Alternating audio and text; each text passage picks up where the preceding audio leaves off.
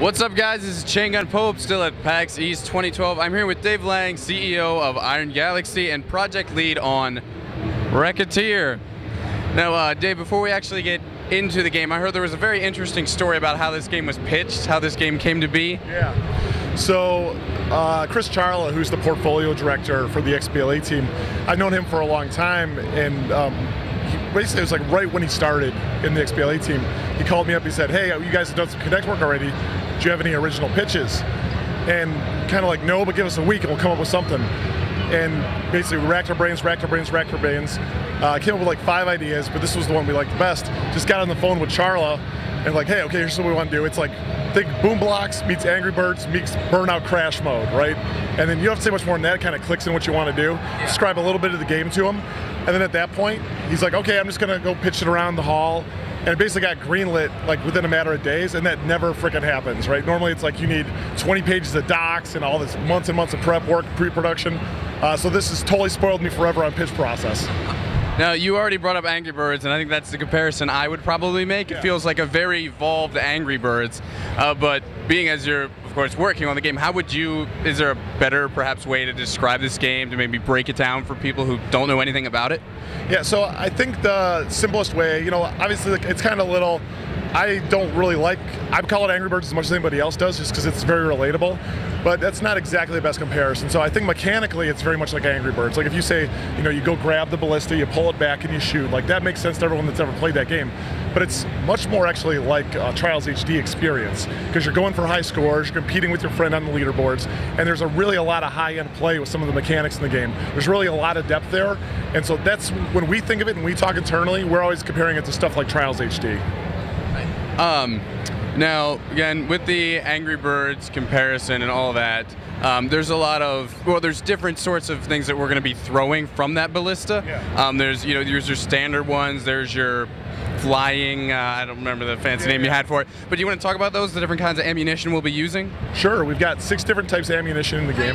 We got a basic shot, which is just a big rock, you just hurl at the castle, it does some damage. We've got a flying shot, which for my money is probably the best thing in it. Basically, when you activate it, wings pop out and you just fly around like a bird. It's totally natural. It was the easiest tutorial in the world to write, just explain to people once and they get it. We have a speed shot, you activate it, it takes off like a bullet, plows through tons of stuff. So in levels where there's like really deep with like a lot of towers in a row, you can activate the speed shot, it'll shear them all off. We've got a split shot that splits across into 4 smaller shots, and then imagine like there's a string between your hands and the littler shots are on that string, so you can stretch them out, you can compress them down, you can spin them. We've got a lift shot, which is big and heavy and doesn't go far, but when you activate it, it gives it a boost forward and up, so they got like skipping a stone to your target. We've got a bomb shot that explodes on impact, and I think that's all of them. Did I say 6? Is that 6? I was tracked. I don't know, I wasn't counting, but it sounds right. Now, of course, the bulk of what I've seen, at least, we've had sort of these, someone's counting down for something. Anyway. Damn you, Ubi! Yeah, exactly, their Mohawk station over there.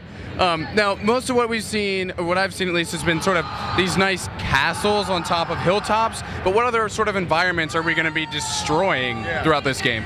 So we've got 60 levels in the game. We've got 3 kind of styles. We've got the summer style, which is what we've seen here. It's kind of rolling hills, it's very soothing. We've got winter, which is like a top of mountaintops. It's kind of a more hostile environment, lots of snow, lots of wind whipping around. And then the last area of the game, we just kind of straight up just call it, it's our Mordor style. It's like very sinister looking castles, very dark, moody environments. It just feels like a kind of rotten place to be. Now, I probably should have let off with this one, but so we're destroying castles which have sort of goblins up in the murder holes and all that as well.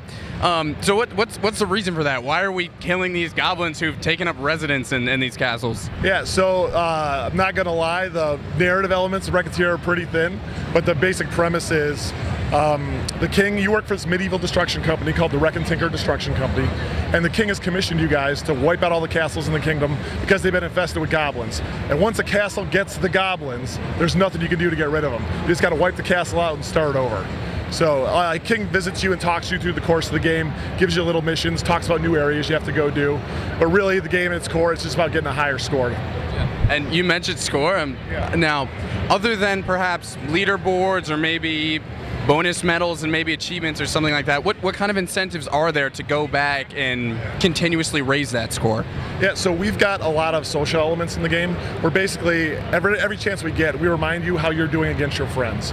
Probably my favorite aspect of that is after every map you play, you get a shot-by-shot line chart, and it plots your score versus your friend on that map. So you can see, oh, for the first 3 shots I was beating him, but then in the last shot, holy cow, he shot right past me. So it just kind of lets you realize, well, my first 3 shots were good, but I got to do something totally different on the last shot to beat him. And it kind of just puts a little more of a focus on the competition because you can kind of see exactly where you got beat. Good. Now, anything else you want to say about Wrecketeer before we start closing this out? Yeah, it's been a long journey for us. We've been working on this for like 18 months. It's been tons of fun, and I just hope everyone gives it a shot, has a lot of fun with it. Was that a pun? A very poor one. I've been working on it all week. Should I workshop it some more? No, it's tons of fun. Can't wait for the demo to come out and people get their hands on it. It'll be a lot of fun this summer. Yeah, so summer release, you got a specific release date or just a window? No, you know, Microsoft doesn't like to nail that down this far out. We know it'll be this summer, we don't know exactly when yet. Maybe part of Summer Arcade, something like that? Or are you guys going disc-based? No, this is going to be XBLA as of now. And I would love to be an SOA, but that's not really, it's out of my hands at this point. So. Well, thank you very much, Dave, for the interview. Yes, thank you very much. Wrecketeer comes to Xbox Live Arcade this summer. Yep. Stay tuned to Front Towards Gamer for all the good PAX East coverage.